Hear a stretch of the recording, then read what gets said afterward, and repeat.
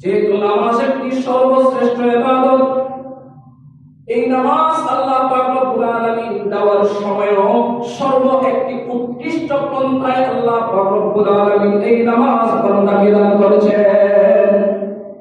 কিভাবে দান করেছেন? আল্লাহর হাবিব প্রিয় নবী মুহাম্মদুর রাসূলুল্লাহ সাল্লাল্লাহু আলাইহি ওয়াসাল্লাম হাতিমে কাবার মধ্যে যখন শুয়ে আছেন, এই অবস্থায় আল্লাহ পাক রব্বুল আলামিন জিবরাইল আলাইহিস সালামকে হযরত মুহাম্মদুর রাসূলুল্লাহ সাল্লাল্লাহু আলাইহি ওয়াসাল্লামের নিকট প্রেরণ করেছেন। প্রেরণ করার পরে রাসূলুল্লাহ সাল্লাল্লাহু আলাইহি ওয়াসাল্লামকে নিয়ে ওই কাবা থেকে আল্লাহর এক প্রকার মখলুক ফেরেশতা জিবরাইল আলাইহিস সালাম মুহাম্মদুর রাসূলুল্লাহ সাল্লাল্লাহু আলাইহি ওয়াসাল্লামকে নিয়ে গেলেন মসজিদ আকসার মধ্যে। ওখানে যাওয়ার পরে দেখলেন অনেক নবী, সমস্ত নবীগণ উপস্থিত। সমস্ত নবীগণকে নিয়ে মুহাম্মদুর রাসূলুল্লাহ সাল্লাল্লাহু আলাইহি ওয়াসাল্লাম ওখানে 2 রাকাত নামাজ আদায় করেছিলেন।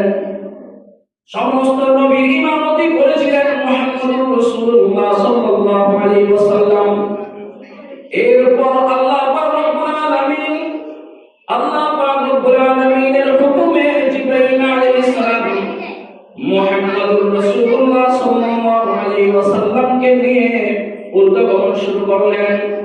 এভাবে প্রথম আসমানের মধ্যে গেলেন, এভাবে দ্বিতীয় আসমানের মধ্যে গেলেন, ধারাবাহিকভাবে সপ্তম আসমান পর্যন্ত পৌঁছে গেলেন। প্রিয় নবী মুহাম্মদুর রাসূলুল্লাহ সাল্লাল্লাহু আলাইহি ওয়াসাল্লাম জান্নাত ভ্রমণ করেছিলেন, জাহান্নাম ভ্রমণ করেছিলেন।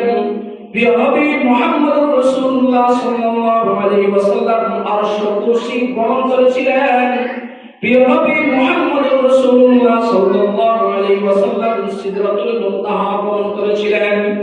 সর্বশেষ ভাবে আল্লাহর হাবিব প্রিয় নবী মুহাম্মদুর রাসূলুল্লাহ সাল্লাল্লাহু আলাইহি ওয়াসাল্লাম আল্লাহ পাক রব্বুল আলামিনের সাথে সাক্ষাৎ করেন। এজন্য আল্লাহর প্রিয় নবী মুহাম্মদুর রাসূলুল্লাহ সাল্লাল্লাহু আলাইহি ওয়াসাল্লাম আল্লাহ পাক রব্বুল আলামিনের সাথে সাক্ষাৎ করার পরে আল্লাহ পাক রব্বুল আলামিন